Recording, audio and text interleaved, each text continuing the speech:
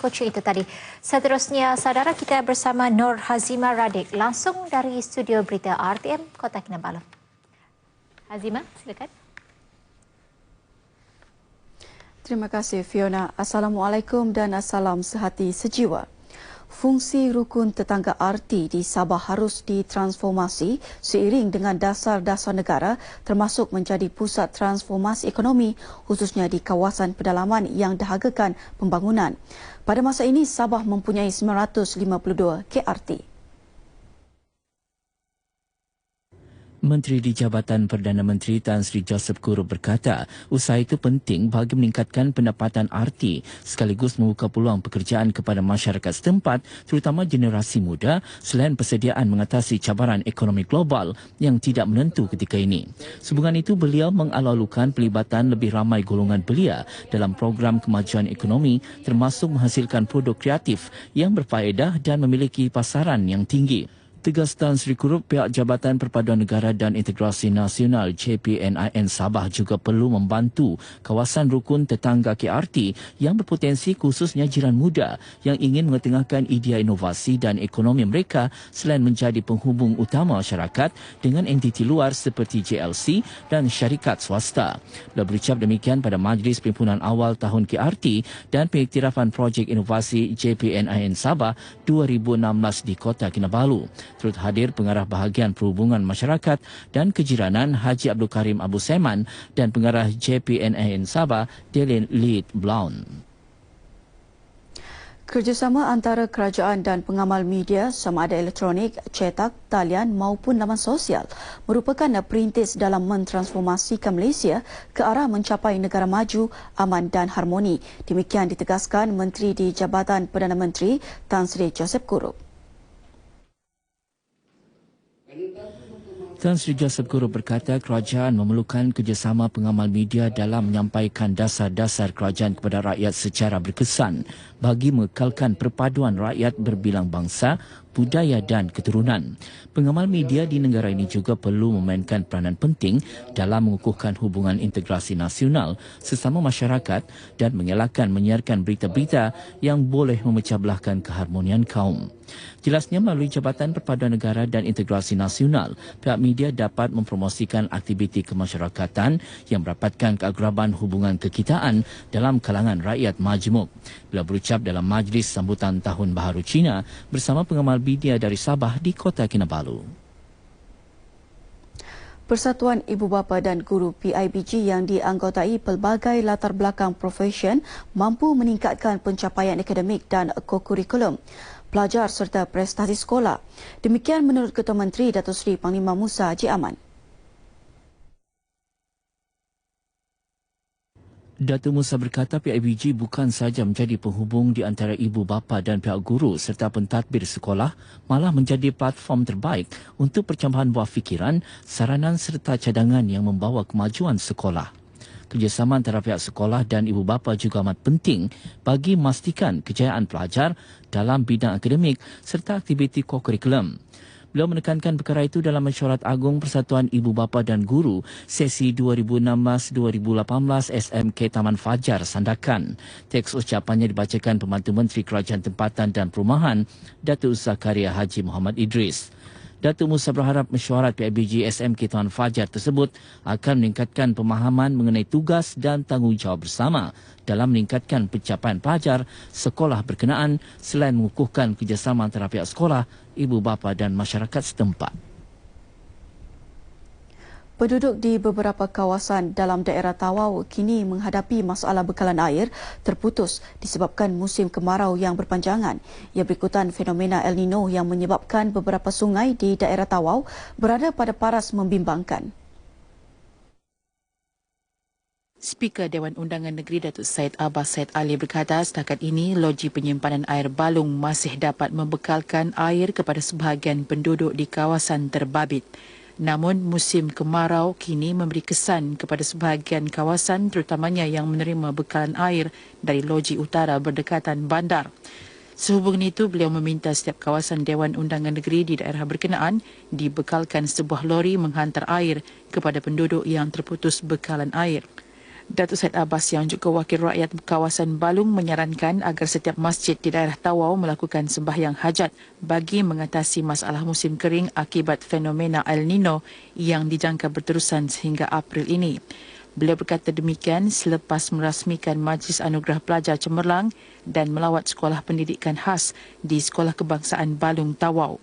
Dalam majlis ini, Datuk Syed Abbas turut mengumumkan sumbangan berjumlah RM10,000 untuk Dewan Terbuka dan Sekolah Pendidikan Khas sekolah berkenaan. Persatuan Penderma Darah Negeri Sabah memerlukan kerjasama orang ramai untuk mengatasi masalah kekurangan bekalan darah yang kritikal di semua hospital di negeri ini bagi menyelamatkan lebih ramai nyawa pesakit yang memerlukan darah. Ke arah itu, Persatuan Penderma Darah Negeri Sabah mengadakan kempen menderma darah di Hospital Queen Elizabeth Kota Kinabalu dengan kerjasama Parti Pertubuhan Pasok Momogun Kadazan Dusun Murut Bersatu APKO bahagian Kota Kinabalu dan Akademi Forex Malaysia Sabah. Bercakap kepada pemberita RTM di Kota Kinabalu, Presidennya Taufik Haji Rusci berkata, kerjasama masyarakat penting bagi menampung keperluan lebih 2,000 pesakit thalassemia di Sabah, wanita bersalin, bayi yang menghidap sakit kuning, mangsa kemalangan jalan raya serta pesakit buah pinggang. Persatuan Penderma Darah Negeri Sabah ini berusaha bersungguh-sungguh untuk sama-sama berjihad membantu menyelamatkan nyawa manusia. Kerana keperluan darah itu seringkali kurang, kritikal. Kadang-kadang pada penghujung tahun yang sangat kritikal. Dan sebab itu sebelum sampai kepada bulan Disember, kita seawalnya mengadakan kempen itu supaya tabung darah sentiasa stabil. Atas kerjasama ini kami memberikan macam sponsor jugalah serba sikit supaya menarik lebih banyak penerma untuk datang pada hari ini.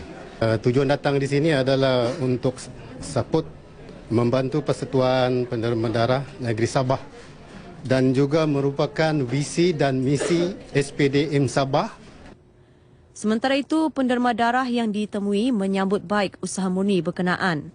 Selama ni pun kakak terfikir mula-mula takutlah juga sebab banyak orang cakap kalau kau derma macam ada masalah fake dia apa semualah. Tapi bila saya cuba dia macam proses untuk kita darah kita boleh bertukar kan, dia boleh dapat baru lagi. Itu kebaikan dia pertama. Kedua, orang bilang kita menolong orang yang memerlukan. Untuk meringan membantu yang memerlukan yang memerlukan darah lah untuk kesihatan. Seramai 8 kaki tangan Persatuan Penderma Darah Sabah terlibat dalam kempen sehari berkenaan. Ia merupakan sebahagian daripada 4 program derma darah yang dirangka sepanjang tahun ini di seluruh Sabah. Selain kempen derma darah, pihak persatuan juga akan memperluas usaha memberi penerangan mengenai kepentingan menderma darah di peringkat kampung dan juga sekolah. Zunaidi Adi Miss Daranain yang mewakili Pantai Barat Utara dinobatkan Johan pertandingan bacaan ayat-ayat suci Al-Quran bagi kategori Kori sempena Majlis Tilawah Al-Quran peringkat negeri di Dewan Masyarakat Keningau. Zunaidi turut memenangi kategori Johan keseluruhan. Kategori karya pula dimenangi Wakil Tawau Haja Siti Hatijah Haji Marsuki. Zunaidi dan Siti Hatijah akan mewakili Sabah ke pertandingan Tilawah Al-Quran peringkat kebangsaan di Melaka pada April depan. Dengan kemenangan itu, Zunaidi dan Siti Hatijah masing-masing membawa pulang hadiah wang tunai berjumlah RM10,000, pakej menunaikan fardu haji, piala iringan, sijil penyertaan dan sepersalinan pakaian serta buku-buku agama. Hadiah disampaikan oleh Menteri Kerajaan Tempatan dan Perumahan Datuk Seri Panglima Haji Hajiji Haji Nur yang mewakili Ketua Menteri Datuk Seri Panglima Musa Haji Aman. Seramai 12 peserta mengambil bahagian dalam pertandingan ini. Sementara itu, Zunaidi dan Siti Hatijah berkongsi kunci kejayaan masing-masing. Kunci kejayaannya ialah berusaha dan terus berusaha sehingga berjaya, insya-Allah. Perasaan gembira, sangat gembira sebab mencapai tahap begini kan. Rahsianya adalah terus berusaha tanpa putus asa dan rajin berlatih dan itulah yang paling penting, jangan putus asa dan rajin berlatih dan cari guru yang cari guru yang boleh menunjuk untuk memperbaiki prestasi kita.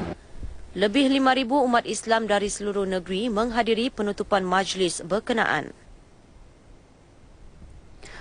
Kerajaan negeri sentiasa menyokong langkah dan inisiatif pelbagai pihak yang terlibat dalam memartabatkan seni silat, khususnya untuk menjelaskan kepada masyarakat peranan positif seni silat.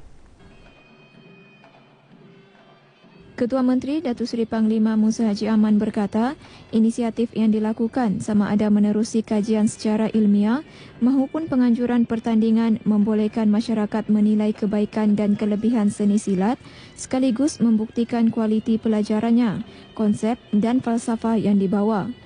Dalam masa sama, beliau mahu Persatuan Silat sentiasa bergabung tenaga dalam mempromosikan sukan ini di seluruh negeri bagi menarik lebih ramai penyertaan dan penglibatan generasi muda pelbagai kaum. Ia bukan sahaja sebagai usaha memelihara seni silat daripada pupus di telan zaman, malah secara tidak langsung mengukuhkan lagi perpaduan dan keharmonian rakyat menerusi sukan.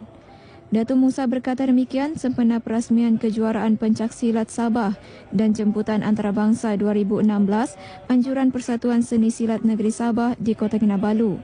Teks beliau disampaikan Menteri Belia dan Sukan Negeri Sabah, Datuk Taufik Abu Bakar Titingan. Kejohanan kali ini disertai 225 pesilat melibatkan 6 pasukan negeri, 5 pasukan jemputan kebangsaan dan 2 pasukan jemputan antarabangsa. Kejohanan olahraga Borneo Pangazau dijangka mendapat sambutan menggalakkan peserta dari dalam dan luar negara bagi merebut hadiah berjumlah RM15,000. Kejohanan kali kedua itu akan berlangsung pada 14 dan 15 Mei depan di Oceanus Waterfront Mall, Kota Kinabalu. Kejohanan itu anjuran Sabah Functional Athletics Society dengan kerjasama Jabatan Kesihatan Sabah bagi meningkatkan kesedaran rakyat tentang pentingnya amalan gaya hidup sihat. Dalam sidang media di Kota Kinabalu, pengarah kejohanan Dr. Rodi Teo berkata, kejohanan tersebut merupakan sukan baharu yang menggabungkan keseluruhan komponen kesihatan, antaranya stamina, fleksibel, kelajuan dan koordinasi. As this genre of physical activity is fast accumulating evidences of positive health benefits from scientific studies done around the world, especially in non-communicable disease like diabetes, hypertension and obesity management. The local authorities, they provide a lot of jogging tracks, increasing year by year a healthy city, this is called healthy cities, for us to encourage the public to exercise. By exercising, we can reduce our risk factors for non-communicable diseases. Penyertaan terbuka kepada orang ramai dari dalam dan luar negara tanpa mengira had umur dan terhad kepada 120 peserta setelah melepasi ujian kelayakan. Walau bagaimanapun, pelajar sekolah perlu mendapat kebenaran daripada pihak penjaga. Seterusnya kita ikuti pelbagai acara di Sabah dalam diari hari ini.